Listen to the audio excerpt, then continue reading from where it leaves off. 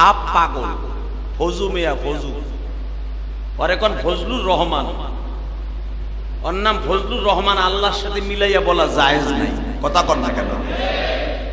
বিশ্বনবী বলছে যারা আলেম ওলামার চরিত্র নিয়ে আলেম ওলামাকে ইন্ডিকেট করে কথা বলবে, ওর জন্মের মধ্যে ভেজাল আছে। যাই দেখেন এই ফজলুর রহমান ফজু মিয়ার জন্মের মধ্যে বহুত ভেজাল। আর মা বাইসে আছে কিনা আমি জানি না, ওর মা বাইসে থাকলে ঠিকই জিজ্ঞেস করতাম। তাই ও যেভাবে আলেম ওলামাকে ক্রিটিসাইজ করে কথা বলছে, ফজু মিয়া তুমি জানো না, তুমি হয়তো যাকাত ফেতরা খাই আলেম শিক্ষিত হইতে পারো। বাংলাদেশে এমনও আলেম আছে তারা যাকাত ফেতরার কাছেও যায় না, বরঞ্চ তারা যাকাত ফেতরা দেয়। কথা বলেন না কেন? ছাত্র জীবন থেকেই যাকাত ফেতরা দান করে। আমার মনে পড়ে আমার জীবনে কোনোদিন মাদ্রাসার কোন যাকাত ফেতরা আমি খাইনি। আলহামদুলিল্লাহ বলেন।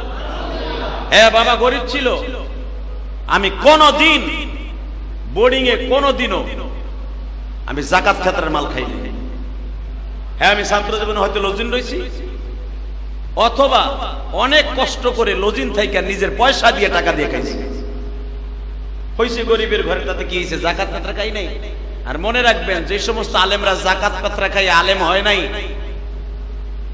তারা জীবনে কোনোদিন এই মাথাটা এবং হক কথা তাদের জবান থেকে কেউ বন্ধ করতে পারবে না। সমাজে যখনই দেখবে অন্যায়, সাথে সাথে সে প্রতিবাদ করবে, কারণ তার পেটে যাকাত ফেতরার টাকা যায় না। তুমি ফজু মিয়া ঘরে হারে বললা আমরা যাকাত ফেতরা খাইয়া বড় হইছি, তোরে থাপ খাইয়া বুড়া বয়সে গাল গুলে সাল ফাটাই ফেলাবো বেটা।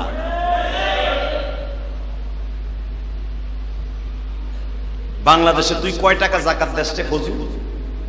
হিসাব করলে দেখা যাবে তোর বাপের জন্মে ঠিক মতো তোর যে কয় টাকা যাকাত আসে তুই ঠিক মতো যাকাত দেশ কিনা তাও জানি না। তুই তোর কিশোরগঞ্জের কয়টা মাদ্রাসায় কয়টা যাকাত দিছ, কয় বস্তা চাউল কিনা দিছ যাকাত দেখ। তোর উপরে যে কয় টাকা যাকাত ওয়াজিব হইছে সেই টাকাগুলোও তো ঠিক মতো দেস না। একটা মাদ্রাসায় একটা টাকাও দেস না। তুই আলেম ওলামাকে গড়ে হারে বলে ফেললি এরা যাকাত ফেতরা খাই আলেম হইছে। তুমি জানোই না বাংলাদেশে এমন এমন আলেম আছে যাদের কথায় হাজার হাজার মানুষ কাঁদে, হাজার হাজার মানুষ দিশাহারা মানুষ দিশার সন্ধান পায়। সরমনা পীর সাহেবের পোলারা, মরহুম পীর সাহেবের ছেলেরা লক্ষ লক্ষ টাকা যাকাত দেয় বেটা। এই যে আমরা উলামা একরাম লক্ষ লক্ষ টাকা যাকাত আল্লাহ রাস্তায় দেই বেটা। এই যে ঘাটো মমতাজ কট খাইছে, আমার মনে হয় ওর জীবনে এতগুলো ডিম ভাইজাও খায় না, যেগুলো ডিম কালকে খাইছে। কি জনপ্রিয়তা তুমি করছো রে মমতাজ, এমন ফাটাইছো, খালি তোমার মাথার উপর মানুষ খালি ডিম ফাটায়। একদিন খালি বুক ফাটাইছো, এখন ডিম দিয়ে তোমার বুক ফাটায়। কথা কন না কেন? লজ্জাও করে না? জেলখানায় মরে যাওয়া উচিত তো। কথা কন না কেন? জেলখানায় নিজের গলায় নিজে ফাঁস দিয়ে তোর মরা উচিত। কি জনপ্রিয়তা তুমি অর্জন করছো যে নিজের এলাকায় গেছে, নিজের মানিকগঞ্জে কালকে উঠেছে কোটে, অন্তত 200-র উপরে ডিম মারছে। মানুষ জাকা বইরে ডিম লিয়ে খারাই হয়েছে ওরে মারার লেগে। নাউজুবিল্লাহ কইলেন না? আওয়ামী লীগ বিএনপি বাদ দিলাম, আমি কোন সাতার দল করি না, সাতা বুঝিও না, এই জন্য তো জীবনে দল করি নাই। আমি জানি এক দল যাবে আর এক দল আসবে, ডিম মারে আমার খাইতে ওয়াজের প্যান্ডেল উঠবো, আওয়ামী লীগের পক্ষে কথা কমু, আর এমনি পিঠ বাঁচানোর লেগে অনেক সময় শাশুড়ি কইতাম হের লেগে কত ঝামেলা আমার। বিএনপি মনে করে আমি আওয়ামী লীগে ছিলাম, শাশুড়ি কয়ে যেতাম দিতাম, ওইটা তো ঠিক পাও নাই, যেটা তোমরা বিএনপি এলারাও পারো নাই। কথা কন না কেন? ভালো করে কইছে। কি জনপ্রিয়তা অর্জন করছেন চাচি মুমতাজ, যে ডিম খাইতে খাইতে এখন আপনার পুরো গোসল হয়ে যান, খালি মনে হয় হলুদ দিয়ে গোসল দিয়েছে ওনারে। ডিমের কুসুমে পুরা ইনো গরম মাইকে গেছে কালকে। কথা কন না কেন? আল্লাহ এরকম জিন্দেগি চাই না। আলহামদুলিল্লাহ বলেন। গরিব থাকি ধনী থাকি, খাইয়া থাকি না থাকাইয়া থাকি, যেন ডিম মারা খাইয়া দুনিয়ার থেকে না যায়। ডিম মারা খাওয়া আর ই মারা খাওয়া সমান। কথা কন না কেন? এ হলো জিন্দেগি বেটা, তোর রাজনীতির গোষ্ঠী কি লাগি। আল্লাহ আমাদের হেফাজত করেন। আল্লাহ এই সমস্ত গজব রাজনীতি থেকে হেফাজত করেন। এটা প্রতিহিংসার রাজনীতি। এভাবে কোনো মানুষকে অপমান করা ইসলাম কোনোদিন স্বীকৃতি দেয় না, হোক সে যে দলেরই হোক। এইভাবে অপমান করা, হ্যাঁ সে অন্যায় করেছে, তার বিচার হবে, কিন্তু তুমি বিচার আইন হাতে তুলে নিয়ে এইভাবে একটা মহিলার এইভাবে অপমান করা, হোক সে আমার, যেই হোক সে আমার, কেউ না হোক, এটা কোনোদিন ইসলাম বৈধতা ঘোষণা করে না।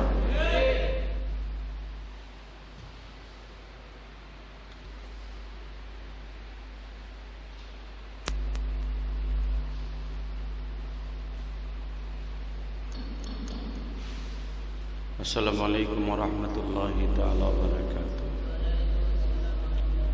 আল্লাহুম্মা সাল্লি আলা সাইয়্যিদিনা ওয়া নাবিয়িনা ওয়া শাফি'িনা ওয়া হাবিবিনা মাওলানা মুহাম্মদ সাল্লাল্লাহু তাআলা আলাইহি ওয়া আলা আলিহি ওয়া আসহাবিহি ওয়া বারাকা ওয়া সাল্লাম। আল্লাহুম্মা সাল্লি আলা মুহাম্মাদিন ওয়া আলা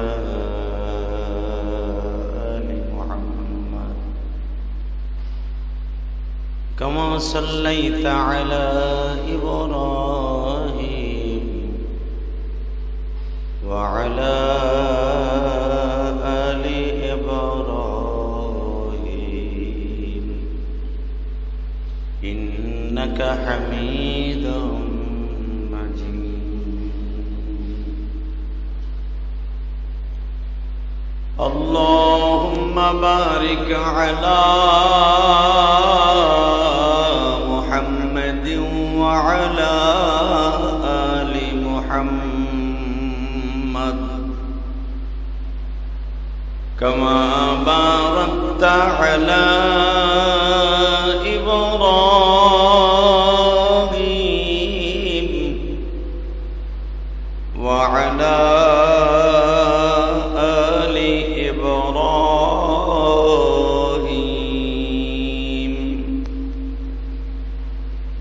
إنك حميد مجيد.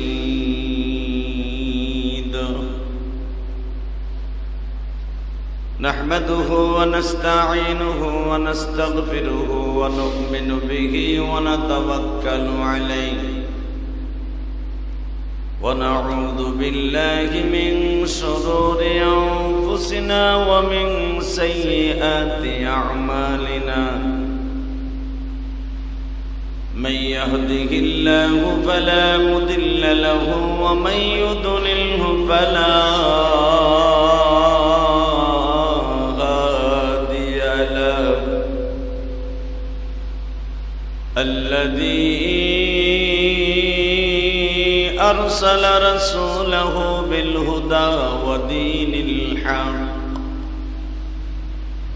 ودين الحق ليظهره على الدين كله وكفى بالله شهيدا.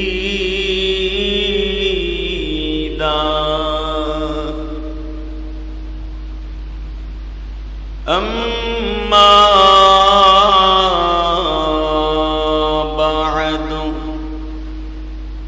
فقد قال الله تبارك وتعالى: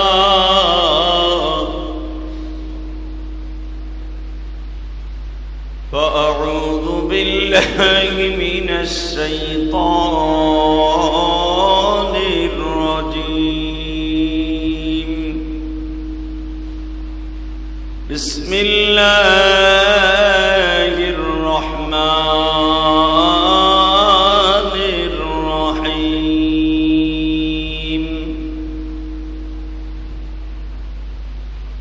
ملة أبيكم إبراهيم هو سماكم المسلمين. وإذ يرفع إبراهيم القواعد من البيت وإسماعيل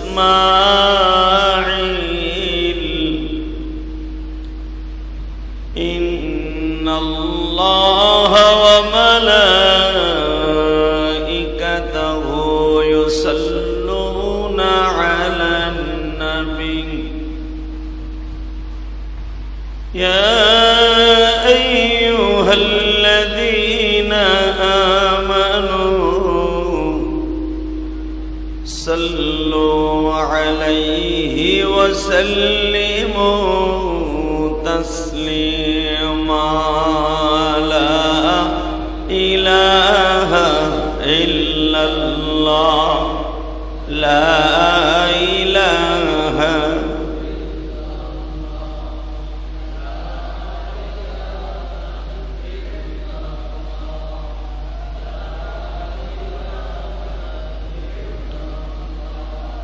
لا إله إلا الله لا إله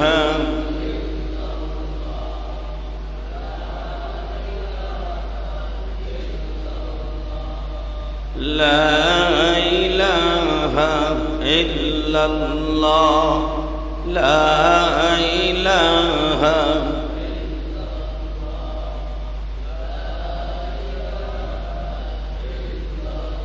لا إله إلا الله محمد رسول الله صلى الله عليه وسلم الله الله الله الله الله الله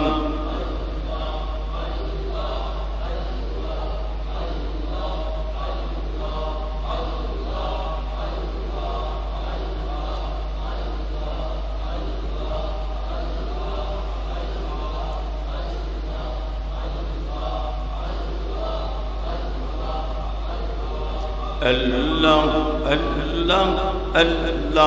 الله الله الله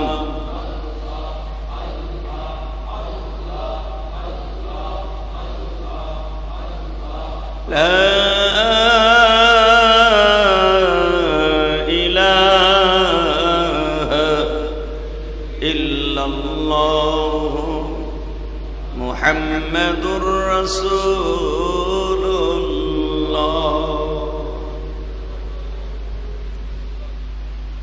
আল্লাহর জাকিরিন শাকিরিন মুহিব্বিন মুবাল্লিগিন আল্লাহর প্রিয় মাহবুব বান্দারা আল্লাহ সুবহানাহু ওয়া তাআলার দরবারে লাখ কোটি শুকরিয়া জ্ঞাপন করছি যে মহান সত্তা আপনাকে আমাকে পবিত্র জুমার দিনে আগে আগে এসে বসবার তৌফিকটুকু দান করেছেন ওই মহান সত্তার শুকরিয়া জোরে সোরে বলি আলহামদুলিল্লাহ। আজকেই হলো জিলকদ মাসের শেষ জুমা।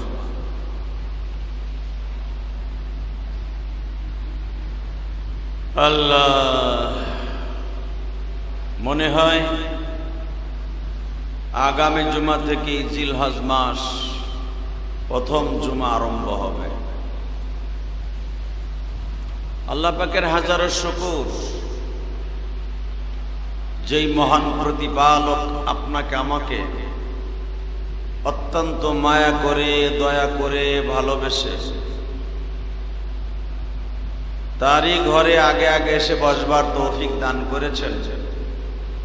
ওই মহান মুনিবের দপ্তরে শুকরিয়া আদায় করে শেষ করা যাবে না।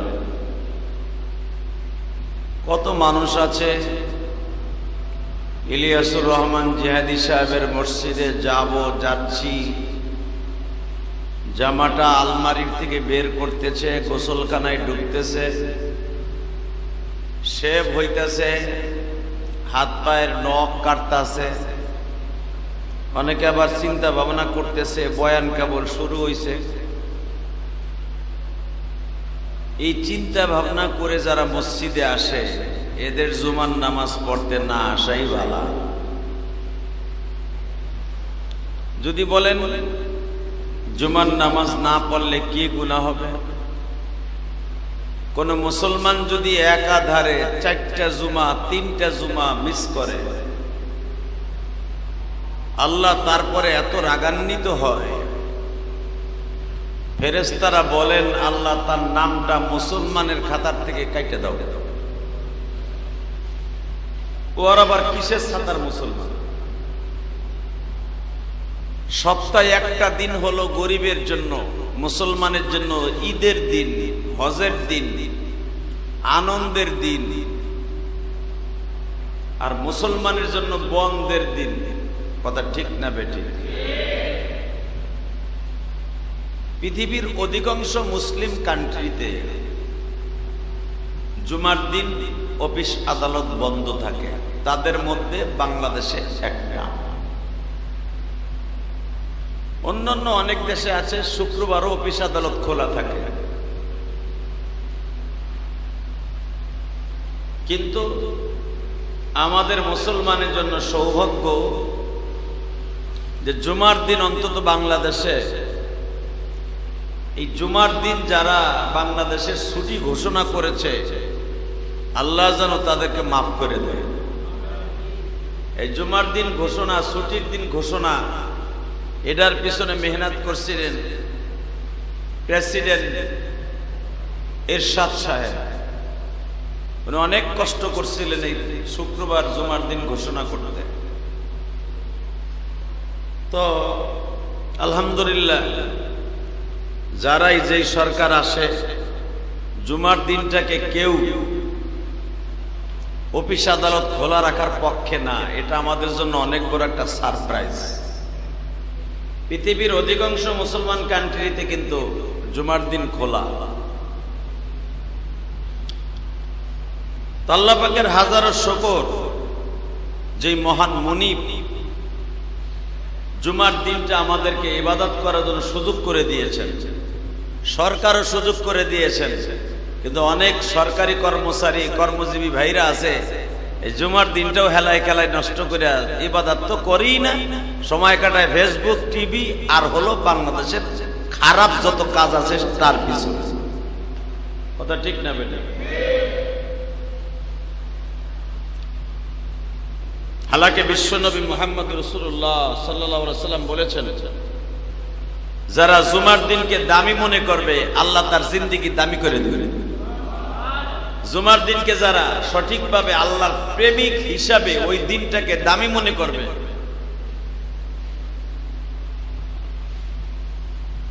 আল্লাহ সুবহানাহু ওয়া তাআলা তাকে একটা কবুল হজের সওয়াব দান করবে। শুধু তাই না, বিশ্ব মানবতার শান্তির দূত নবী মুহাম্মদ রাসূলুল্লাহ সাল্লাল্লাহু আলাইহি ওয়াসাল্লাম বলেছেন, আল্লাহ কোরআন শরীফের মধ্যে 4টা কসম খাইছে।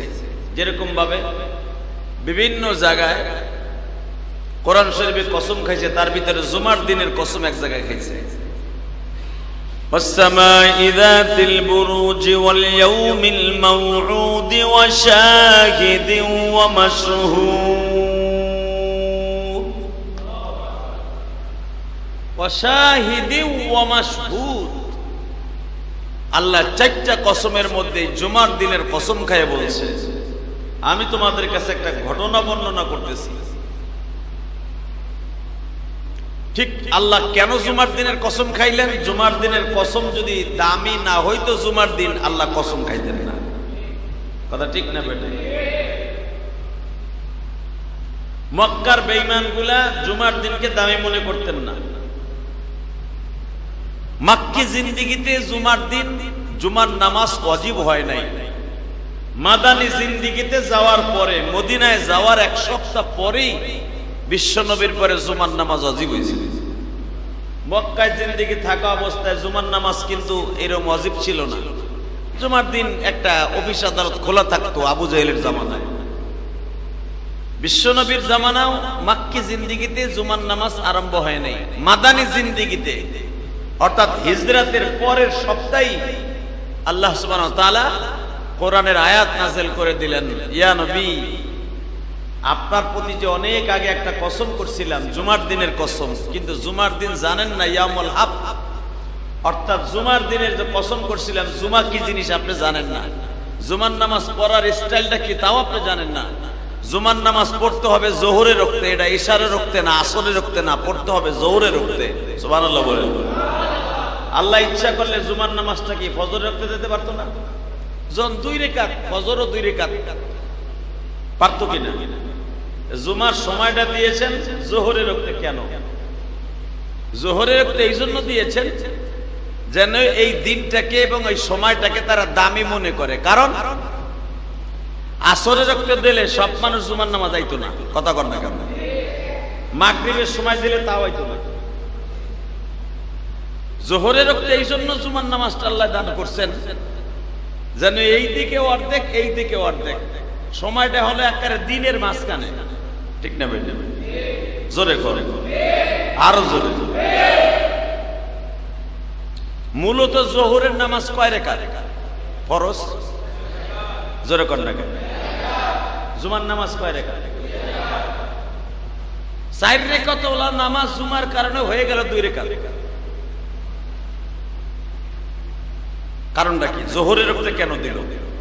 জোহরের ওয়াক্তে আল্লাহ এই জন্য দিছে যে ফজর পড়ে যে বান্দা 12টা পর্যন্ত সিট পটিং দিয়ে ঘুমাইবো, আরাম করবো, বাজার করব, বউ সালমের হক আদায় করব, ঠিক 12টার আগে ওযু গোসল করে মসজিদে যাইব, 1টা 2টা পর্যন্ত মসজিদে ইবাদত করবে, লম্বা চওড়া একটা খুতবা হবে। কারণ জুমার নামাজটা লং টাইম হয়, কথা ঠিক না বেটি? 1 থেকে 2 ঘন্টা চলে যায় মসজিদে। কারণ আরে মক্কা নগরীতে মেয়া খুতবাই পরে 1.5 ঘন্টা, 1.5 ঘন্টা খুতবা পরে, এরপরে নামাজ হয় আরো 15 মিনিট, প্রায় 2 ঘন্টা যায় জুমার নামাজ পড়ার জন্য। এই যে আমরা যে বাংলায় ওয়াজ করি, এটা কিন্তু সৌদি আরবে আরবিতে করে, ওইটাই তাদের খুতবা। কারণ আল্লাহ জানে বান্দার লং টাইম লাগবে, জুমার নামাজটা পড়তে অনেক সময় লাগবে। আর জুমার নামাজটা হলো পুরা মাসের, পুরা সপ্তাহের রিপোর্ট। আমি আল্লাহ ফেরেশতাদের মাধ্যমে আমার বান্দার সাথে একটা তাল্লুক পয়দা হবে। ওই জুমা থেকে এই জুমা পর্যন্ত বান্দা কি বাজেট করছিল সব আমি আল্লাহ দেখা আমি তারে মাফ করে দেব।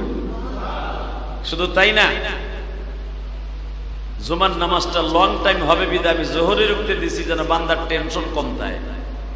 কারণ এদিকে সকালে খাইছে, আবার জুমার নামাজটা পড়ে যেয়েই খাইব, ক্ষুধাটা ভালো করে লাগবে, ইবাদত করতে করতে বান্দা আরামে খাইবে। জুমার নামাজটা আল্লাহ এই জন্য জোহরের ওয়াক্তে দিছে। আল্লাহ ইচ্ছা করলে আসরে দিতে পারতো জুমার নামাজ, জোহরের ওয়াক্তটা। জুমার নামাজটা দেখেন তারাবির নামাজ, তারাবির নামাজ ইশারে পরে দিছে, কে মাগরিবের পরে দিতে পারতো না আল্লাহ? কারণ মাগরিবের পরের থেকে তো রাত শুরু হয়ে যায়, মাগরিবের পরেতে যদি ঈশা পর্যন্ত তারাবি হইতো। হালাকে তারাবির সিস্টেম হলো ইশারের পরে, কারণ এটা লং টাইম নামাজ। এই লং টাইম নামাজ এমন সময় দেওয়া হবে যেন তার সাথে দূরত্বটা বেশি থাকে। কারণ ঈশার থেকে নিয়ে ফজর পর্যন্ত, ঈশার থেকে নিয়ে ফজর পর্যন্ত লং টাইম, আবার জোহর থেকে নিয়ে আসর পর্যন্ত একটা লং টাইম, কথা ঠিক না বেঠিক? এর ভিতরে আমার বান্দা জোহরের নামাজটা কমপ্লিট করবে, জুমার নামাজটা কমপ্লিট করবে। আর এইটা বুঝিয়া যারা আমল করবে আমি তাদের জন্যই জান্নাত রেখে দিয়েছি। আর যে ব্যক্তি সত্যিকার আল্লাহকে ভালোবাসার নজরে জুমার নামাজটা পড়ার জন্য মসজিদে যাবে, আল্লাহ সুবহানাহু ওয়া তাআলা তার জীবনের গুনাহ মাফ করবে, সে যা চাবে আল্লাহ তাই দিবে। আল্লাহকে দেখবেন জুমার দিন আমাকে কাজ কাম আরো বেশি হয়। জুমার দিনে কাজ কাম কেমনে বেশি হয়? জুমার দিন ডেট দেয় ভাই, দই দরবার বৈঠক, জায়গা জমি মাপা এবং যত ব্যবসা বাণিজ্য আছে জুমার দিন টাইম দেয়, কথা কর না জোরে করে, জুমার দিন সব টাইম দেয়। এই দিন দিছে আল্লাহ ইবাদতের লাইগা, আর বান্দাই করে তার নিজের কাম।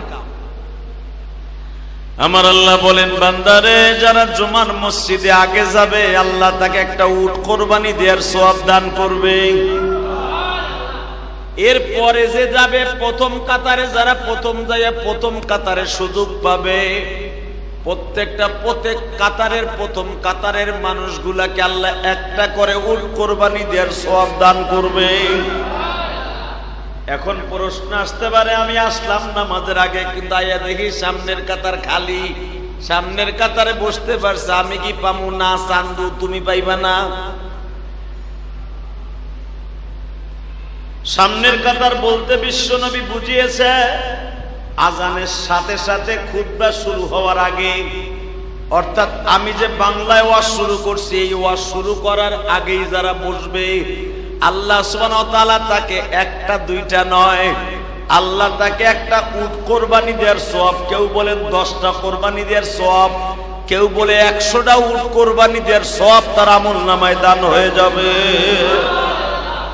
বর্তমান জামানায় একটা উট কিনতে বাবা 20 লক্ষ টাকা লাগে। কত জোরে কোন? এটা পাকিস্তান আর ইন্ডিয়ার উট না, সৌদি আরবের একটা উটের দাম বর্তমান বাংলা টাকায় 35 লাখ টাকা। কারণ কয়েকদিন আগে উমরায় দেখে আসলাম সৌদি আরবের একটা মেরা উট, ছোট্ট উট, সেটাও হইতেছে 1012 রিয়াল। 1000 রিয়াল হলে বাংলাদেশের হয় 33,000 টাকা, 33,500 টাকা। তাহলে হিসাব করে দেখেন, এক একটা উট যদি ওই জামানায়, সরি আমি বলছি 1000 না, সৌদি আরবের 1 লক্ষ টাকা লাগে একটা উট কিনতে। সৌদি আরবে যদি 1 লাখ অথবা 50,000, 60,000, 70,000 লাগে একটা উট কিনতে, তাহলে হিসাব করে দেখেন বাংলা টাকা 30-32 লাখ টাকা লাগে একটা উট কিনতে। কথা কর না কেন? 1 লাখ টাকা 65,000 টাকা, 65,000 রিয়াল, 90,000 রিয়াল। এমন উট সৌদি আরবে আছে 2 লক্ষ টাকা, 2.5 লক্ষ টাকা লাগে সৌদি আর রিয়াল দিয়ে কিনতে। এটা তো ডিজিটাল যুগের উট, রসুলের যুগের উট। এখন হিসাব করলে প্রায় 50 থেকে 55 লক্ষ টাকা লাগে বাংলাদেশের টাইম, বাংলাদেশের টাকা। তাহলে 50 লক্ষ টাকা যদি আপনার অর্ধ কোটি টাকা সওয়াব পান যদি মসজিদে আগে যান, সুবহানাল্লাহ বললেন না? আরো জোরে সুবহানাল্লাহ। আমি যে ওয়াজ করলাম আপনি মনে মনে ভাববেন এখানে বই আমি জানি, জি হুজুরে গাল ভরা কথা কয়, হ্যাগো খাইয়া কাম নাই, হ্যাগো ব্যবসা নাই, বাণিজ্য নাই, হ্যাগো বউরা খায় পরের মাগ না, হুজুররা ওয়াজ করে দেয়, হুজুরা তো আগে যাইবে। আমাকে ব্যবসা আছে, বাণিজ্য আছে, পোলাপান আছে, বউ আছে, সালমাই আছে, আমাকে কি আগে যাওয়ার সিস্টেম আছে? হুজুরে কইলি হইব? মনে রাখবা চান্দু, এই কথা কইতে পারবা যতদিন তোমার শরীরে যৌবন আছে, ঠিক না বেটি? এই কথাটা সেদিন তোমার মুখ দিয়ে বের হবে না যেদিন তোমার লাঠি ভর দিয়া যে কোনো জায়গায় যাইতে হইব। সেদিন খালি আফসোস করবা আর কইবা, হায় হায় জামু জামু জামু জামু জামু জামু জামু জামু কইতে কইতে সময় শেষ, এখন তো যাইতেও পারি না। এই জন্য বিশ্বনবী বলেন, যারা যৌবন কালে ঠিক মতো ইবাদত করবে, যৌবন কালের 1 রাকাত নামাজ বৃদ্ধ বয়সের 500 রাকাত নামাজের সমতুল্য। যেই বয়সে আর সিঁড়ি বাইয়া মসজিদে আসার সুযোগ নাই, কত মহিলা আছে যায় দেখেন গা, যৌবন কালে নামাজের গুরুত্ব দেয় নাই, আছে না নাই? হায়ান কুত্তা বিলার মতো খাইছে আর ঘুমাইছে, আর টিভির সামনে, ফেসবুকের সামনে মোবাইল নিয়ে পড়ে রয়েছে, নামাজও ঠিক মতো পড়ে নাই, পর্দা পশিদাও ঠিক মতো করে নাই। পর্দা করছে কেটা জানেন? যেই বিটির চামড়া ঝুইলা পাঞ্জাবির হাতার মতো ঝুলে গেছে, চামড়া হাতের চামড়া পাঞ্জাবির হাতার মতো ঝুলে পড়ছে, ওই মহিলা পর্দা করে। কথা কর না কেন? ওই মহিলা বোরকা পরে, যেই মহিলারে দেখা যায় বর্তমান যুগের 55-60 বছর কোন মহিলার হলে তার পর্দা করা ফরজ, একবারে বাধ্যতামূলক না। যেই মহিলার মিন্স বন্ধ হয়ে গেছে, মাসিক বন্ধ হয়ে গেছে, ওই মহিলার পরে পর্দা ফরজ না। ভালো করে বুঝেন মাসলা। যেই মহিলার মাসে মাসে শরীর খারাপ বন্ধ হয়ে গেছে, তারপরে বোরকা না পড়লেও তার গুনাহ হইব না। হালাকে যার বোরকা না পড়লে গুনাহ হইব না, ওইটাই বোরকা পরে, যেটা দামরি, যেটা না পড়লে গুনাহ হইব এইটা পরে না। কথা কর না কেন? এই তো আমাকে ভালো করে বুঝবেন মুসলমান। যেই মহিলার প্রতি ফরজ কতে হয়ে গেছে, কতে বুঝেন? আল্লাহর হুকুম আর নাই, সে পর্দা না করলেও তার গুনাহ হবে না। তারে দেখা পুরুষের জন্য জায়েজ, ওই মহিলাকে দেখা জায়েজ যেই মহিলাকে দেখলে পুরুষের ভিতরে সেক্সুয়াল যে জিনিসটা, কাম ভাব, যেটা শয়তানের রিপু, ইয়াউমুন নফস যেটাকে বলা হয়, নফসে আম্বারা, দেখলে মহিলারে দেখলে নফসে আম্বারা খারায় না। এই মার বসে একটা মহিলা রাস্তা দিয়ে হেঁটে গেলে, যেই মহিলার চামড়া চুমড়ে ঘুষাই গেছে পাঞ্জাবির হাতার মতো, ওই মহিলার দেখলে কি কোনো পুরুষের মন খারাপ হইব? ওই মহিলার দৈরা যদি রিক্সাতে পড়ে গেছে তারা আপনি নেন উঠান, শয়তানও কইব না যে তোর ভিতরে একটু খারাপ আসুক, কথা কর না কেন? শয়তানও কইব তোর মার একটু ধরে উঠা, কথা কর। মনে কর তোর মা রিক্সাতে পড়ে গেছে, এমন মনে হবে মনের ভিতরে। আর এই জায়গাটায় যদি একটা 35 বছরের নারী পড়ে, শয়তান কইব আর মাগ না ধরতে পারছো, একটু ভালো করে ধর, কোলে লইয়ে উঠে, কথা কর না কেন? এই তো মাসলা বুঝে লাইছে। যারে দেখলে শয়তান কইব না যে হারে কোলে নিয়ে উঠা, মার হিসাবে ধর, তারে দেখলে গুনাহ হবে না। আপনার মাসলা আপনি আবিষ্কার করবেন। আর যারে দেখলে শয়তান কইব ধরো যা প্রায় ধরে উঠা, মজা পাবি। পরের বউ অথবা পরের মাইয়া তুই যে ধরে উঠাইতেছ, তোর মজা আছে না ভিতরে? এই যে মজা পাবি যে ভিতরে যে আসতেছে, ওর জন্য ফরদাই ফরজ, কথা বোঝেন নাই? এবার ভালো করে বুঝেন, আরো সহজ করে দেই। বিশ্ব নবীর বিবি মা উম্মে সালমা, নাম কি? জোরে কয়, আরো জোরে। উম্মে সালমা হুজুরের, আমার মাদের মধ্যে অর্থাৎ আমার নবীর 11 জন বিবির মধ্যে সবচেয়ে বেশি সুন্দর ছিলেন কয়েকজন। তার ভিতরে 1 নম্বরে মা খাদিজা, 2 নম্বরে মা আয়েশা, 3 নম্বরই মা উম্মে সালমা। মারহাবা বললেন? এবং এদের বয়সও কম ছিল। এবং উম্মে সালমা হুজুরের বিবিদের মধ্যে সবচেয়ে বেশি হায়াত পাইছে, প্রায় 100 বছরের মতো হায়াত পাইছে উম্মে সালমা। কেউ বলেন 110 বছর বাঁচছে মা উম্মে সালমা। তাই উম্মে সালমা এক ছিল বাদশার মাইয়া, আর এক ছিল অত্যন্ত বিশ্ব সুন্দরী আমার মা, আপনার মা উম্মে সালমা। মা উম্মে সালমা অনেক লম্বা ছিলেন, চেহারা ছিলেন একবারে পূর্ণিমার চাঁদের মতো। অনেক একজন দামি সাহাবীর স্ত্রী ছিলেন। সাহাবীরা যুদ্ধের মাঠে ইন্তেকাল করার কারণে সব সাহাবীরা সিদ্ধান্ত করলেন, এই দামি বংশের আর দামি সাহাবীর বিবি অন্য কোন সাহাবীর সাথে বিবাহ দিলে মানানসই হবে না। আর সে প্রস্তাব দিয়ে ফেলেছে উম্মে সালমা, জীবনে আমি সেকেন্ড ম্যারেজ করব, সেকেন্ড বিয়া বসবো যদি বিশ্ব নবী আমার বিয়া করে। পৃথিবীর আর কারো কাছে আমি বিয়া বসবো না। মাত্র 18 বছর বয়সে মা উম্মে সালমা নারী ছিলেন, একটা বাচ্চাও সাথে ছিলেন। মারহাবা বলুন। ওই স্বামীর ঘরে একটা বাচ্চাও ছিলেন, যে বাচ্চাটাকে বিশ্ব নবী লালন পালন করেছেন, বাবার আদর দিয়েছেন। উম্মে সালমা কেন বলা হয়? সালমার মা, অর্থাৎ সালমা ছিল বিশ্ব নবীর মেয়েদের মতো। অনেক দামি মা ছিলেন উম্মে সালমা। মা উম্মে সালমা রসুলকে চয়েস করে বিয়ে করছেন। রসুল আমারে বিয়ে করলে আমি করব, রসুল যদি আমার বিয়ে না করে আমি পৃথিবীর কারো কাছে বিয়ে বলবো না, শর্ত লাগাইলেন। বিশ্বনবী বাধ্য হলেন সাহাবীদের চাপের মুখে পড়ে বিশ্বনবী বিবাহ করতে। সুবহানাল্লাহ জোরে কইলেন না? আমার নবী যে 11টা বিবাহ করছেন, অনেকে রসুলের বিবাহ লইয়া ইখতিলাফ করেন। নবীর ভিতরে নারীর লোভ ছিল, এই জন্য এতগুলো বিয়ে করছে। যদি কেউ এই কথা বলে মনে রাখবেন, ওর ভিতরে অথবা ওর মার ভিতরে ভেজাল আছে, অথবা ওর জন্মের ভিতরে অনেক ভেজাল আছে। ওর জন্ম ওর বাপে দেয় নাই, অন্য কেউ দিছে। যদি নবীর বিবাহের মধ্যে কারো সন্দেহ থাকে, এটা আমি বলি নাই, কোরআন শরীফে বলছে উতুল্লিম বাদা যালিকা জালিম। যারা আমার নবীর চরিত্র নিয়ে কথা বলবে, ওর জন্মের মধ্যে অবশ্যই ওর মায়ের পরকিয়ার ফসল ওই পোলা অথবা ওই মাইয়া। ওর বাপের বৈধ সন্তান নয়, ওর বাপের অবৈধ সন্তান। যে নবীর চরিত্রে কথা বলবে, কথা ঠিক না বেঠিক? কারণ যার চরিত্র নিয়ে আমার আল্লাহ নিজে বলেছেন ওয়া ইন্নাকা লাআলা খুলুকিন আযীম, পৃথিবীর সবচেয়ে উৎকৃষ্টতম চরিত্র অধিকারী আমার নবী। বাংলাদেশে অনেক অনেক ভার্সিটি কলেজের বড় বড় টিচাররাও আছে, হারামজাদা কয় নবী মুহাম্মাদের ইসলাম সঠিক ইসলাম না, আমাদের মাপকাঠি না। দারউইন, কার্ল মার্কস, লেনিন তারা বলে আমাকে মাপকাঠি। নাউজুবিল্লাহ কইলেন না?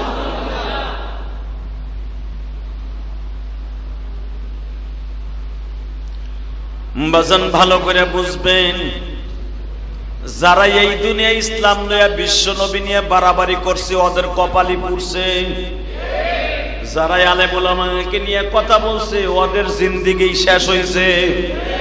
এই যে কিশোরগঞ্জের একটা পাগল, হাফ পাগল, ফজু মিয়া, ফজু, ওর এখন ফজলুর রহমান, ওর নাম ফজলুর রহমান, আল্লাহর সাথে মিলাইয়া বলা জায়েজ নাই। কথা কর না কেন? বিশ্বনবী বলছে যারা আলেম ওলামার চরিত্র নিয়ে আলেম ওলামাকে ইন্ডিকেট করে কথা বলবে ওর জন্মের মধ্যে ভেজাল আছে। যাই দেখেন এই ফজলুর রহমান ফজু মিয়ার জন্মের মধ্যে বহুত ভেজাল। আর মা বাইসে আছে কিনা আমি জানি না, ওর মা বাইসে থাকলে ঠিকই জিজ্ঞেস করতাম। তাই ও যেভাবে আলেম ওলামাকে ক্রিটিসাইজ করে কথা বলছে, ফজু মিয়া তুমি জানো না, তুমি হয়তো যাকাত ফেতরা খাই আলেম শিক্ষিত হইতে পারো। বাংলাদেশে এমনও আলেম আছে তারা যাকাত ফেতরার কাছেও যায় না, বরঞ্চ তারা যাকাত ফেতরা দেয়। কথা বলেন না কেন? ছাত্র জীবন থেকেই যাকাত ফেতরা দান করে। আমার মনে পড়ে আমার জীবনে কোনোদিন মাদ্রাসার কোন যাকাত ফেতরা আমি খাইনি। আলহামদুলিল্লাহ বলেন। হ্যাঁ বাবা গরিব ছিল, আমি কোনদিন বোর্ডিং এ কোনদিনও আমি যাকাত ফেতরার মাল খাইনি। হ্যাঁ আমি ছাত্র জীবনে হয়তো লজিন রয়েছি, অথবা অনেক কষ্ট করে লজিন থেকে নিজের পয়সা দিয়ে টাকা দিয়ে খাইছি। হইছে গরিবের ঘরে, তাতে কি হয়েছে? যাকাত ফেতরা খাই নাই। আর মনে রাখবেন যে সমস্ত আলেমরা যাকাত ফেতরা খাই আলেম হয় নাই, তারা জীবনে কোনোদিন এই মাথাটা এবং হক কথা তাদের জবান থেকে কেউ বন্ধ করতে পারবে না। সমাজে যখনই দেখবে অন্যায়, সাথে সাথে সে প্রতিবাদ করবে, কারণ তার পেটে যাকাত ফেতরার টাকা যায় না। তুমি ফজু মিয়া ঘরে হারে বললা আমরা যাকাত ফেতরা খাইয়া বড় হইছে, তোরে থাপ খাইয়া বুড়া বয়সে গাল বলে সাল ফাটাই বেলাবো বেটা।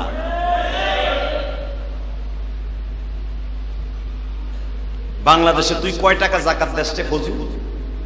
হিসাব করলে দেখা যাবে তোর বাপের জন্মে ঠিক মতো তোর যে কয় টাকা যাকাত আছে তুই ঠিক মতো যাকাত দেশ কিনা তাও জানি না। তুই তোর কিশোরগঞ্জের কয়টা মাদ্রাসায় কয়টা যাকাত দিছ, কয় বস্তা চাউল কিনা দিছ যাকাত দেখ। তোর উপরে যে কয় টাকা যাকাত ওয়াজিব হইছে সেই টাকাগুলোও তো ঠিক মতো দেস না। একটা মাদ্রাসায় একটা টাকাও দেস না। তুই আলেম ওলামাকে গড়ে হারে বলে ফেললি এরা যাকাত ফেতরা খাই আলেম হইছে। তুমি জানোই না বাংলাদেশে এমন এমন আলেম আছে যাদের কথায় হাজার হাজার মানুষ কাঁদে, হাজার হাজার মানুষ দিশাহারা মানুষ দিশার সন্ধান পায়। সরমনা পীর সাহেবের পোলারা, মরহুম পীর সাহেবের ছেলেরা লক্ষ লক্ষ টাকা যাকাত দেয় বেটা। এই যে আমরা উলামা একরাম লক্ষ লক্ষ টাকা যাকাত আল্লাহর রাস্তায় দেই বেটা। আল্লাহ এদেরকে হেদায়েত নসিব করুক। জোর করে আমিন, আরো জোর করে আমিন। মা উম্মে সালমা একজন সাহাবী ছিলেন বিশ্ব নবীর জামানায়, তখনও পর্দার আয়াত নাযিল হয় নাই।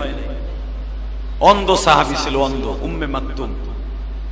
ওই সাহাবী অনেক সুন্দর ছিলেন, কিন্তু চোখ দুইটাও অন্ধ। বোঝেন না এমন কথা? চোখ দুইটাও অন্ধ। উম্মে মাকতুম যখন মসজিদে, অন্ধ মানুষ কোথায় যাবে কি করব, মসজিদই পড়ে থাকতো, মসজিদে খাইতো, মসজিদে ঘুমাইতো। যাহারা সৎকার মাল নিয়ে আসতেন, অর্থাৎ যাকাত ফেতরা, বিশ্ব নবীর জীবনে কোনোদিন যাকাত ফেতরা খায় নাই। হযরত ওমর, ওসমান, আলী কোনোদিন যাকাত ফেতরা খায় নাই। গরিবদের ভিতরে নবী বন্টন করে দিতেন। তো দেখা যাইতেছে একজন সাহাবী উম্মে মাকতুম অন্ধ, সে যখন মসজিদে নববীতে ঢুকতেন, মা উম্মে সালমা মাঝে মাঝে ওদের সামনে দিয়া উকি দিয়ে দেখতেন কয়জন মসজিদে আছে। দেখতেন অন্ধ ওই উম্মে মাকতুম বয়ে রয়েছে, আর কেউ না। বিশ্বনবী বললেন, কিরে উম্মে সালমা, তুমি জানালার কাপড় সরিয়ে দেখতেছো? হুজুর মসজিদে এমন একজন আছে, সে হলো অন্ধ, সে তো আর আমাকে দেখে না। আমার নবী বললেন, সে তোমারে দেখে না, তুমি তারে দেখো কিনা? হ্যাঁ আমি তো দেখছি। তোমার দেখা যায় সুবহানাল্লাহ। তো মা উম্মে সালমা মাঝে মাঝে বাবার বাড়ি যাইতেন, ভালো করে বুঝতেন। মা উম্মে সালমা বোরকা পরিধান করে মসজিদে নববীর, কারণ নবীর রাস্তায় ছিল মসজিদে নববীর ভিতর দিয়ে তার বিবিরা হাঁটতেন। বাংলাদেশের মসজিদের অনেক মসজিদের ইমাম সাহেবদের রুম কিন্তু থাকার রুম কিন্তু মসজিদের উপরে আছে না নাই? মসজিদের সিঁড়ি আর ইমাম সাহেবের নামাজীদের সিঁড়ি একই সিঁড়ি, এটা নাজায়েজ না?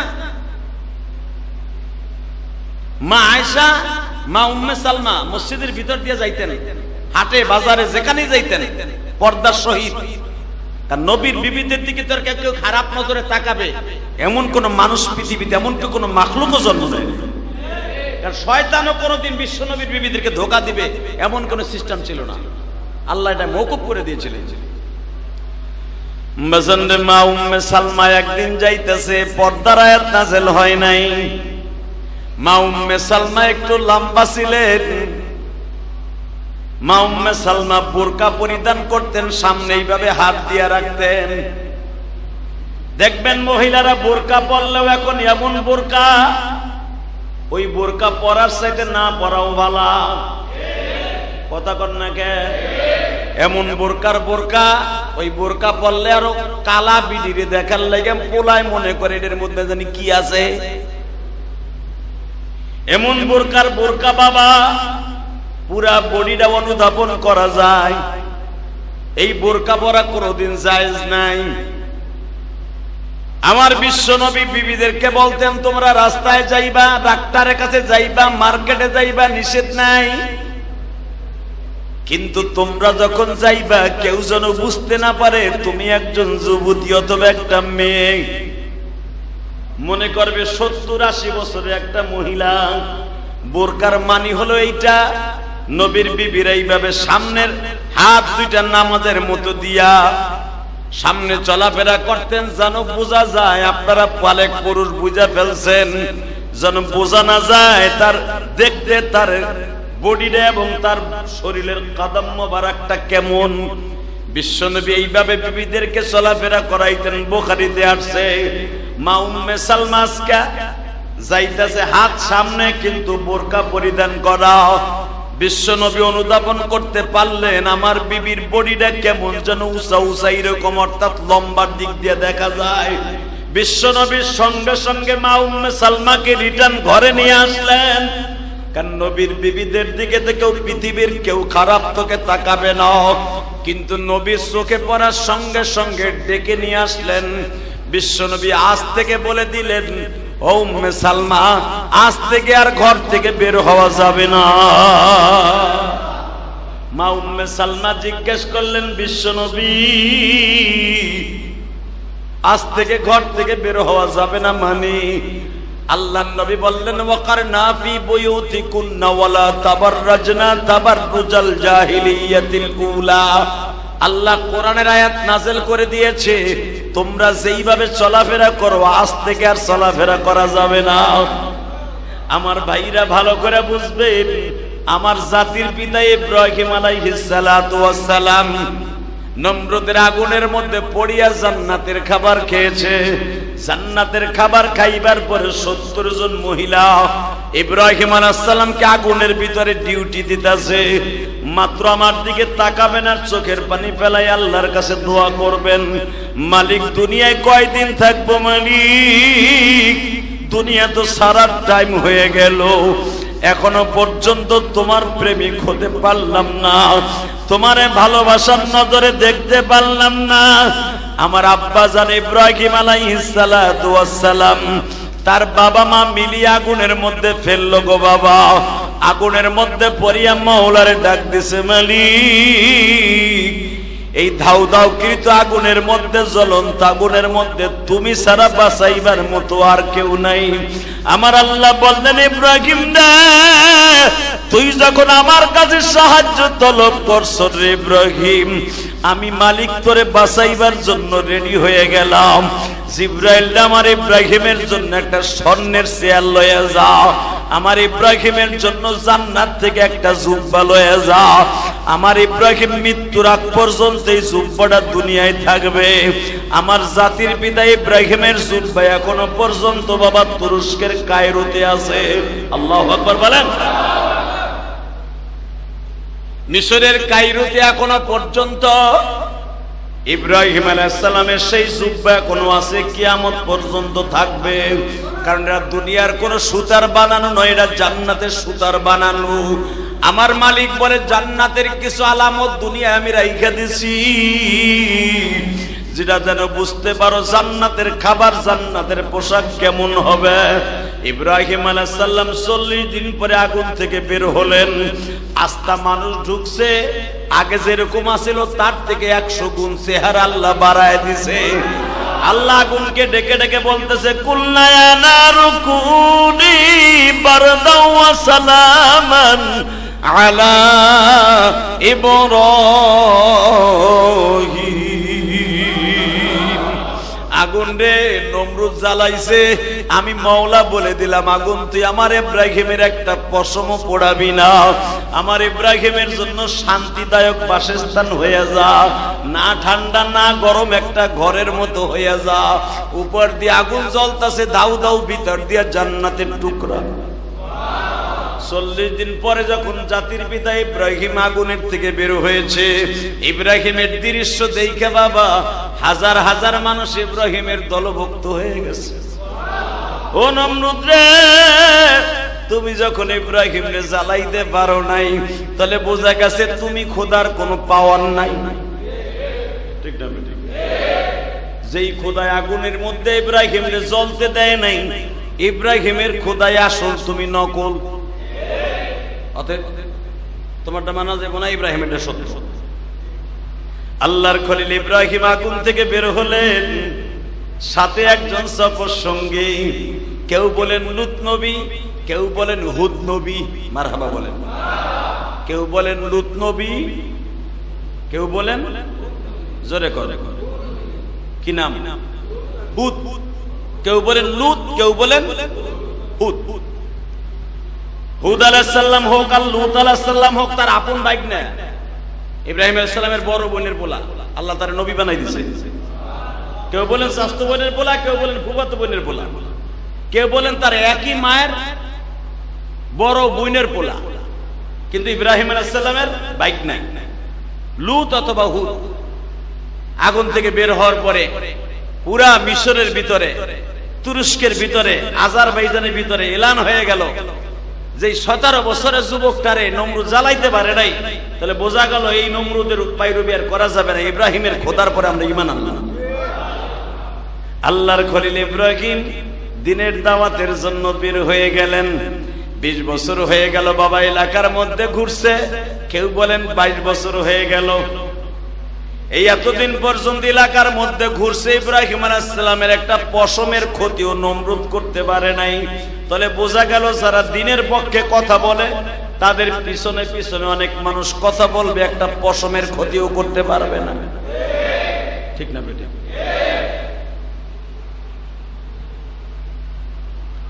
আল্লাহর খলিল ইব্রাহিম ভাইগনা লূতকে বললেন বা হুদকে বললেন, ভাইগনা আর থাকুন যাব না, এই দেশে যে অবস্থা দেখতাছি, এই দেশের আকাম সাকাম বাইরে গেছে, এখানে আর কাজ হবে না, একটা কাজ কর, কি চল আমরা চলে যাই। কই? বেবিলন শহরে চলে যাই। সুবহানাল্লাহ বলেন না? আরো জোরে কোন? হুদ আলাইহিস সালাম অথবা লূত আলাইহিস সালাম বলে, মামা চলেন জায়গা, এই দেশের মানুষ আসলে আপনারা চিনবে না, এই যে নমরুদের এলাকার মানুষ আপনি যতই দাওয়াত দেন কাম হইব না। এই আগুনেতে বাইরে গেলেন, চোখ দিয়ে দেখলো যে আগুনও আপনারা কিছু করতে পারেন না, হালাকি আপনারা এখনো মানে না। মামা একটা কাজ করি, আমরা এই দেশ ছাইরে আরেক দেশে যাই, বেবিলন শহর থেকে, মিশর থেকে বেবিলন শহরের দিকে যখন মাদাইনের দিকে রওনা দিছে, মাদাইন সিরিয়া, আজারবাইজান, ইথিওপিয়া, যুগোস্লাভিয়া, এই এলাকাগুলো একটা রাষ্ট্রে পরিণত ছিল। হঠাৎ করে ইব্রাহিম আলাইহিস সালাম যাচ্ছে, প্রতিমধ্যে সাগর পার হওয়ার পরই দেখে বিশাল বড় বড় মানুষগুলা তারা বাজারের মধ্যে বসে বসে বলা বলি করতেছে, হায় রে কি সুবহানাল্লাহ, কি চেহারা, কি সুন্দরী, এই দেশের বাচ্চা, এই দেশের বাচ্চা, তার মেয়ের বিয়ে হবে, কিন্তু বিড়ির বিয়েটাও ঠিক মতো হয় না, আমরা বরযাত্রী হিসেবে খাইতেও পারি না। বাজারের মধ্যে বলা বলি করতেছে। ইব্রাহিম আলাইহিস সালাম জিজ্ঞেস করলেন, ওই বাচ্চার রাজমহলটা কোন দিকে? জিজ্ঞেস করে, তুমি মোল্লা মানুষ, ওদিক দিয়ে কি করবা? তাফসীরে দেখলাম ইব্রাহিম আলাইহিস সালাম বলে, আরে ভাই, আমার দেশের বিয়ে আর এই দেশের বিয়ে এক কিনা একটু দেখে নিয়ে। লূত আলাইহিস সালাম বলে, মামা বিবাহ যখন হবে চলো আমরা দেখেই যাই। বিবাহ অনুষ্ঠান কে বা দেখতে না চায় গো ভাই? দেখবেন অনেক ঢাকা শহরে মারা বাড়ির ছাদে ছাদে প্যান্ডেল হয়, হয় কিনা? জোরে করে হয় না? কমিউনিটি সেন্টার ভাড়া দেওয়া, অনেক গরিব মানুষ, অনেক টাকা লাগে, বিল্ডিং এর ছাদই কর। 1-150 মানুষ নিয়ে এটা রং তামাশা করে বিয়ে করি, অবশ্যই তো এটা করা যায়, এই জন্যই তো করেন। ইব্রাহিম আলাইহিস সালাম দেখলেন ওই দেশের বাদশার মাইয়ার বিয়ে হবে। এই জামানায় মেয়েকে চয়েস করে ছেলেতে, ঠিক না বেটি? আর ওই জামানায় মেয়ে চয়েস করতো ছেলের। মেয়েরে ফোন দিয়ে আনন্দ লাগতো, আর এখন তো ছেলেরে গরুর মতো, কোরবানির গরুর মতো কেমন লাগে। কথা কর না কেন? কিসের বিনিময়ে? 32 ইঞ্চি একটা টিভির বিনিময়ে,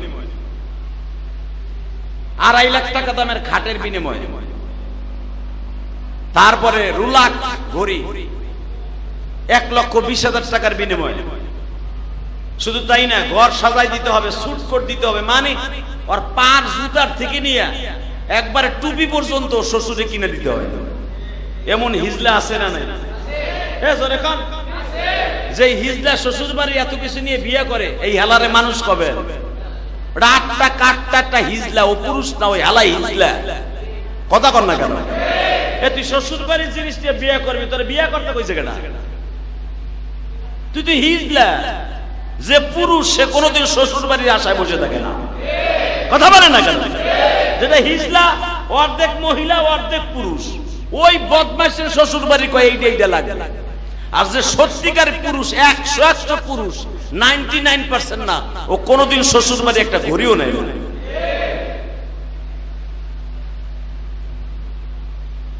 অর্ধেক পুরুষ। আল্লাহ আমাদের হেফাজত করেন, জোরে কানা আমিন। দেখতেছে ওই জামানার বড় বড় রাজা বাদশার ছেলেরা বড় বড় স্বর্ণের সিন লাগাইয়া ঘোরার পরে সওয়ার হইয়া বাদশার মাইয়া সায়রারে বিয়া করার লেগে যাইতেছে। লূত আলাইহিস সালাম কয়, মামা একটা কথা কই, রাগ করো না। কি? বিয়ার অনুষ্ঠান তাজ মতো দেখি না এই দেশের। কয় না, চলো মামা বিয়ের অনুষ্ঠানটা দেই, খাইবা না খাই দেখকে যাই এই দেশের রাজার মাইয়ের চেহারা কেমন। তাহলে বোঝা গেল মহিলা দেখার জন্য পুরুষ যাওয়া সুন্নাত তরিকায় জায়েজ আছে, ঠিক না বেটি? ইব্রাহিম আলাইহিস সালাম তখনও নবী না, বলতেছে, ভাই না তুই যে যাবি, আমরা মোল্লা মানুষ, আমাকে দেখলেই তো মানুষের চোখটা ডাইবে যে হুজুর আবারে হেনাইছে। কারণ কেউ টুপি মাথায় দিয়ে কোনো হুজুর যদি সিনেমার হলে যায় শাকিব খানের ছবি দেখতে, বুইরা বাম ও দেলি ছবি দেখে, 1 ছবিও বাদ দেয় না, 100 বাদ দেয় না। এই বুইরাটায় যদি দেখে কোনো হুজুর টুপি মাথায় দিয়ে ছবি দেখতে গেছে, দেখবেন খালি কই হুজুর হেনে, হুজুর হেনে। কথা কন না জোরে কন, সব বাদ দেন না। এই যে খাটো মমতাজ কট খাইছে, আমার মনে হয় ওর জীবনে এতগুলা ডিম ভাইজাও খায় না, যেগুলা ডিম কালকে খাইছে। কি জনপ্রিয়তা তুমি করছো রে মমতাজ, এমন ফাটান ফাটাইছো, খালি তোমার মাথার উপর মানুষ খালি ডিম ফাটায়। একদিন খালি বুক ফাটাইছো, এখন ডিম দিয়া তোমার বুক ফাটায়। কথা কন না কেন? লজ্জাও করে না? জেলখানায় মরে যাওয়া উচিত তো। কথা কন না কেন? জেলখানায় নিজের গলায় নিজে ফাঁস দিয়ে তোর মরা উচিত। কি জনপ্রিয়তা তুমি অর্জন করছো যে নিজের এলাকায় গেছে, নিজের মানিকগঞ্জে কালকে উঠেছে কোটে, অন্তত 200-র উপরে ডিম মারছে। মানুষ জাকা বইরে ডিম লিয়ে খারাপ হয়েছে ওরে মারার লেগে। নাউজুবিল্লাহ কইলেন না? আওয়ামী লীগ বিএনপি বাদ দিলাম, আমি কোনো ছাতার দল করি না, ছাতা বুঝিও না, এই জন্যই তো জীবনে দল করি নাই। আমি জানি এক দল যাবে আর এক দল আসবে, ডিম মারে আমার খাইতে ওয়াজের প্যান্ডেল উঠবো, আওয়ামী লীগের পক্ষে কথা কমু, আর এমনি পিঠ বাঁচানোর লেগে অনেক সময় শাশুড়ি কইতাম, হের লেগে কত ঝামেলা আমার। বিএনপি মনে করে আমি আওয়ামী লীগে ছিলাম, শাশুড়ি কয়ে যদি দিতাম, ওইটা তো ঠিক পাও নাই, যেটা তোমরা বিএনপি এলারাও পারো নাই। কথা কন না কেন? ভালো করে কইছেন। কি জনপ্রিয়তা অর্জন করছেন চাচি মুমতাজ, যে ডিম খাইতে খাইতে এখন আপনার পুরো গোসল হয়ে যান, খালি মনে হয় হলুদ দিয়ে গোসল দিয়েছে ওনারে। ডিমের কুসুমে পুরা ইনো গরম মাইকে গেছে কালকে, কথা কর না কেন? আল্লাহ এরকম জিন্দেগি চাই না, আলহামদুলিল্লাহ বলেন। গরিব থাকি ধনী থাকি, খাইয়া থাকি না থাকাইয়া থাকি, যেন ডিম মারা খাইয়া দুনিয়া থেকে না যায়। ডিম মারা খাওয়া আর ই মারা খাওয়া সমান, কথা কর না কেন? এলো জিন্দেগি বেটা, তোর রাজনীতির গোষ্ঠী কি লাই। আল্লাহ আমাদের হেফাজত করেন, আল্লাহ এই সমস্ত গজব রাজনীতি থেকে হেফাজত করেন। এটা প্রতিহিংসার রাজনীতি। এভাবে কোনো মানুষকে অপমান করা ইসলাম কোনোদিন স্বীকৃতি দেয় না, হোক সে যে দলেরই হোক। এইভাবে অপমান করা, হ্যাঁ সে অন্যায় করেছে, তার বিচার হবে, কিন্তু তুমি বিচার আইন হাতে তুলে নিয়ে এইভাবে একটা মহিলার এইভাবে অপমান করা, হোক সে আমার যেই হোক, সে আমার কেউ না হোক, এটা কোনোদিন ইসলাম বৈধতা ঘোষণা করে না। ভালো করে বুঝবেন। আমার বাবা ইব্রাহিম, কথা কবা 3 মিনিট, ভালো করে বুঝেন। ইব্রাহিম আলাইহিস সালাম আর এক নবী লূত আলাইহিস সালামকে সাথে নিয়ে বাদশার মাইয়ের বিয়ে দেখতেছে। হিন্দি টাইমে দেখবেন এই জামানায়ও যেমনি হুজুরকে দেখলে টোক টাডায়, এই দেখেন এখানে 2টা বাড়ি করছি, এখানে যারা প্রত্যেকটা বাড়িওয়ালা খালি আমার বাড়ির দিক চায়ার কয়, হুজুরকে তো বাড়ি ঘর লাগে বাবা, ও আস করে আবার তো বাড়ি কাউ না, কথা কর থাকে। ওই আবু বকরের দোকান কোনারের থেকে আমারে বাস দিতে দিতে আমার বিল্ডিং এর কোনা কোনটায়, হুজুর গে তো বাড়ি ঘরের দরকার নেই। আবার আর এক সারালে কি কয়, ওনার খালি বাড়ি এই 2টা, আরো 3টে 4টে আছে, কথা কর না কেন? তখন আরো বাস দেয় আইকেলা মানে, ও আমাকে দেখলে টাটায় না, ঠিকই আছে, কেন আমার আব্বারে দেখেও টাটাইছিল সেদিন। তুমি নমরুদদের খালতো ভাই, কথা বলেন না কেন? হ্যাঁ, এই যে কোরআন দিয়ে বলে দিতেছি আপনারে। ইব্রাহিম আলাইহিস সালাম দাঁড়াইছে বিয়ের অনুষ্ঠান দেখার লেগে, বেটা বিয়ে করে নিয়ত করে খারায় নাই। বড় লোকের পোলারা কইতেছে কি মোল্লা আইছে কেন, মোল্লা এখানে। কারণ ইব্রাহিম আলাইহিস সালাম এমন একজন মানুষ ছিলেন যাকে দেখলে ফেরেশতারা সালাম দিতেন। সুবহানাল্লাহ জোরে কই, নাচতে কই, আরো জোরে।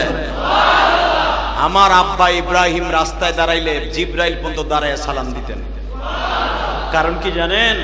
ইব্রাহিম আলাইহিস সালামের পিঠের মধ্যে এবং কপালের মধ্যে তখন চমকাইতেছিল আমার বিশ্ব নবীর নূর, চমকাইতেছিল। কি মনে করলেন? আজকে ইব্রাহিম আলাইহিস সালামের দেখে বড় লোকের ছেলেরা যারা বিয়ে করতে আইছে সায়রারে, সবাই কইতেছে কি মোল্লা এনেকে এত বড় জুব্বা। আর ইব্রাহিম আলাইহিস সালাম তখন 19 হাত লম্বা, 19 হাত, সবগুলো হের বগলের নিচে। চেহারাও যেমন, ফিগারও সেরকম, ঘেরান কি শরীরের দিকে। ইব্রাহিম আলাইহিস সালামের শরীর থেকে যেই ঘেরান আসতেন, আমার নবীর শরীর থেকে একই ঘেরান আসতেন।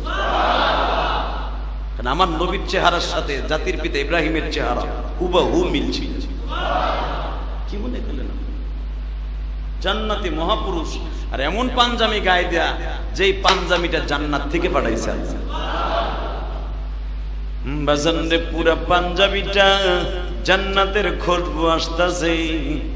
লূত নবী বলতেছে, মামা রে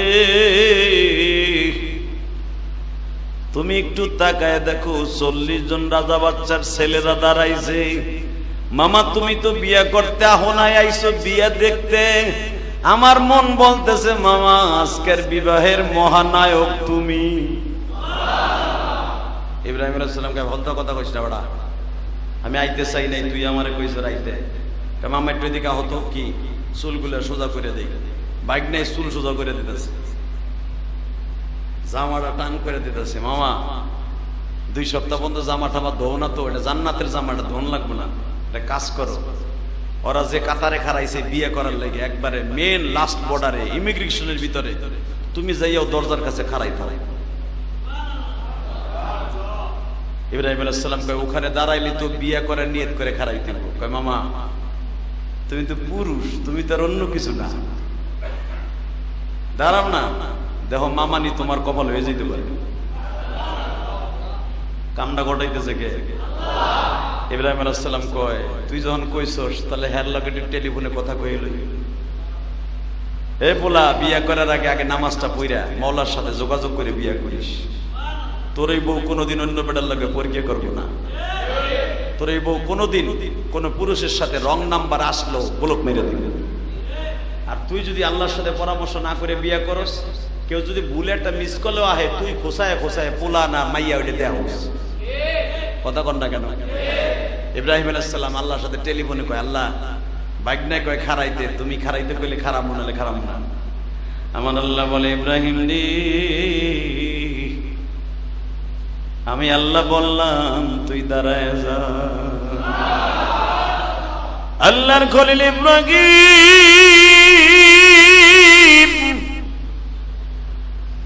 দরজার সিপার মধ্যে দাঁড়ায় আছে, হাত দুইটা বাঁধিয়া, মালিক তুমি দাঁড়াইতে কইছো, দাঁড়াইছি, তুমি কিন্তু অপমান করো না। রাজা বাচ্চার ছেলেরা ঠিকই অপমান করে। সূরা ইব্রাহিমের তাফসিরে আসছে, মা সায়রা উপরে শাস্তাছে। 21 জন বান্ধবীরে বলতেছে, তোরা আমারে সুন্দর করে সাজিয়ে দেখো, আমার বাবার রাজমহল থেকে দামি মণি মুক্তার যেই সুন্দর জিনিস আছে সব আমারে পড়ায় দে। বান্ধবীরা বলে, সায়রা রে, বুঝলাম না আজকে এত কিছু অলংকার লাগাইতেছো কেন? আরে কেন লাগাইতেছি জানোস তুই? আজকে 2 সপ্তাহ ধরে ছেলে চয়েস করার পালা শুরু হয়েছে। প্রতিদিন 40 জন করে ছেলে দাঁড়ায় আমারে দেখার জন্য। আমি আজকে নিজে দেখব, আমার প্রাণের সখা আজকে আমার দরজা। বান্ধবীরা বলে, তুমি কেমনে বুঝলে? তুমি আজকে তোমার সখা আজকে তোমার দরজায়। আরে আমি রাত্রে স্বপ্নে দেখছি আমার রাজকুমার আমার ঘরের দরজা। আমি যারা এতদিন শয়নের স্বপ্নে খুঁজছি, সে আজকে আমার দরজায় আসবে। মা সায়রা ওই জামানার বিয়ার নীতি অনুসারে ফুলের মালা হাতে নিয়ে বাবা উপরের থেকে নামতাছে, দরজার সিপার কাছে দাঁড়ায় আছে আমার আব্বা। আপনার আব্বা জাতির পিতা মিল্লাতা আবিকুম ইব্রাহিম হুয়া সাম্মাকুমুল মুসলিমিন।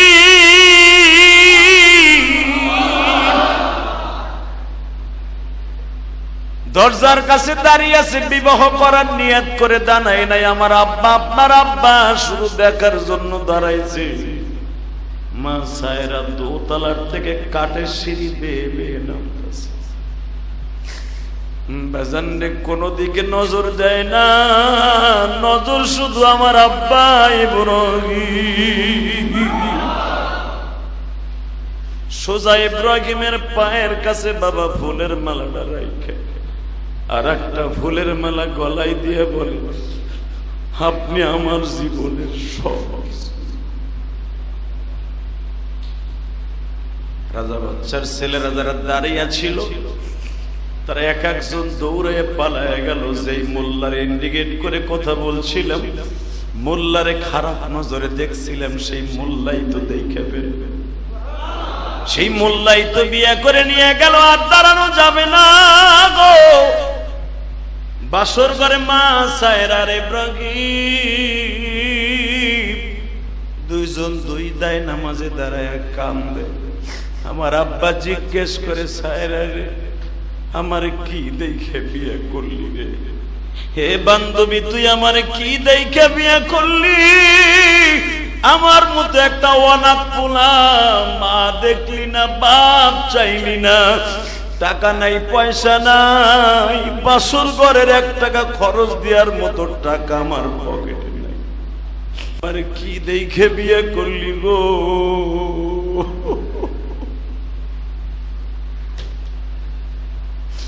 আপনার মা, আমার মা এক বাক্যে বললেন, আমি কিচ্ছু দেখি নাই, আপনার কপালের মধ্যে পূর্ণিমার চাঁদ উদিত দেখেছি। ইব্রাহিম বললেন, ও সারা রে, এই কপালে কি আছে গো? আমি বালেগ হওয়ার আগের থেকে যেই পূর্ণিমার চাঁদটা আপনার কপালে দেখতে দেখতে বালেগ হয়েছি গো, বিবাহ পর্যন্ত এখনো পর্যন্ত বেঁচে আছি, ওই জিনিসটাই আপনার কপালে আমি খুঁজতেছিলাম। আজকে 40 দিন হয়ে গেল ছেলে চয়েস করার পালা, কিন্তু আজকে যে আপনি আমার দরজায় আসবেন আমি কোনোদিন বুঝতে পারিনি। আমার মুসল্লি ভাইরা, কোরবানির আর মাত্র 2টা সপ্তাহ বাকি আছে মাঝখানে।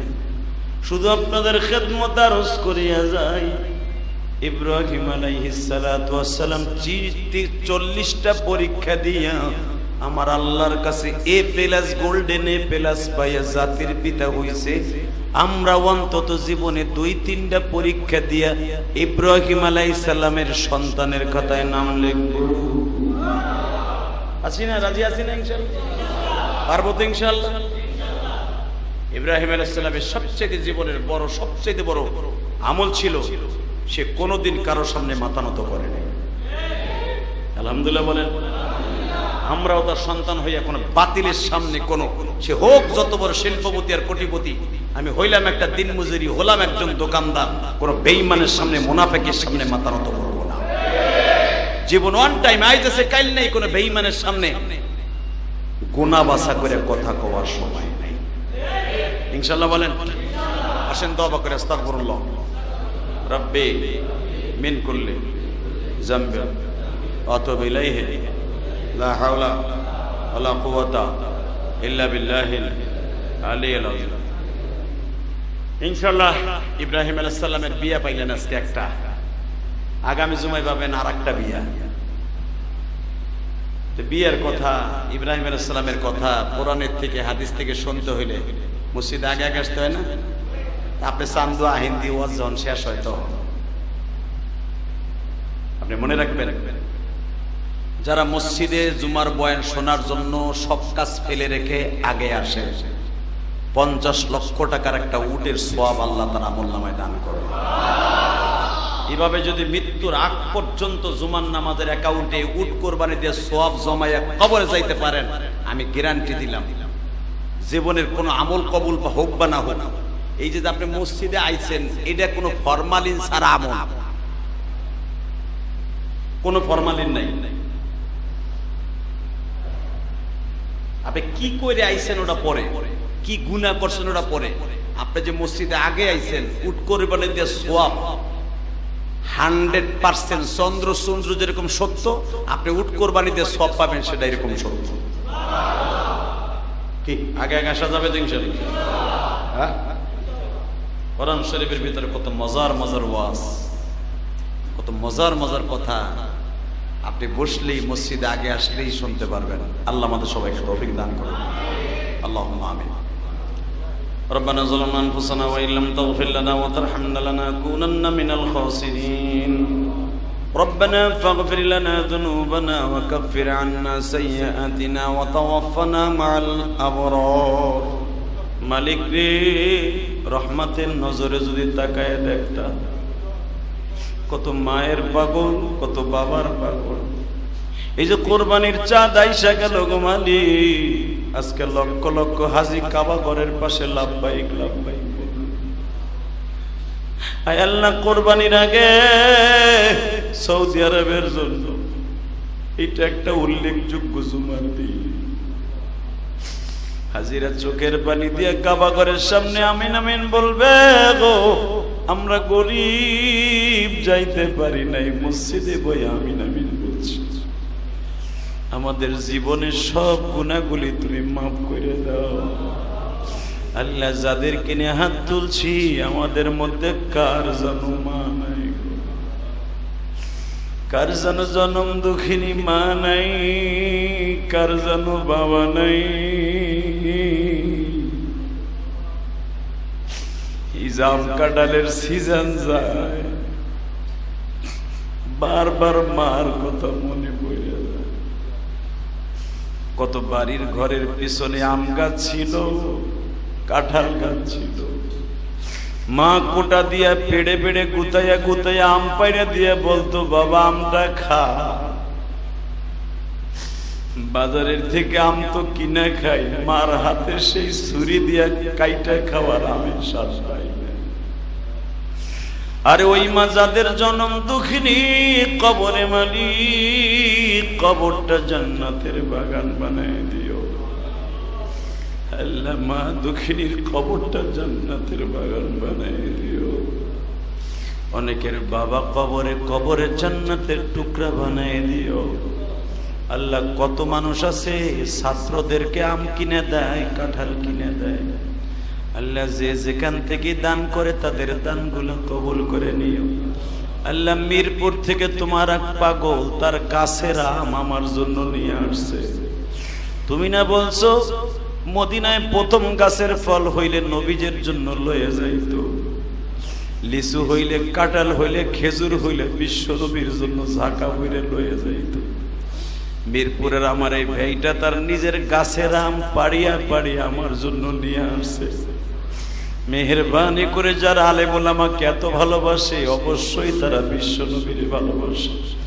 আল্লাহ যে যেখান থেকে ভালোবাসা দেয় তাদেরকে তুমি ভালোবাসা দিও গো আল্লাহ। এদের বাবা মাকে কবরের খাবার ব্যবস্থা করে দিও আল্লাহ। আমার খালা জান চলে গেছে, এক সপ্তাহ হয়ে গেল, কবরের অবস্থা কি জানি না। কবরটা জান্নাতের বাগান বানায় দিও।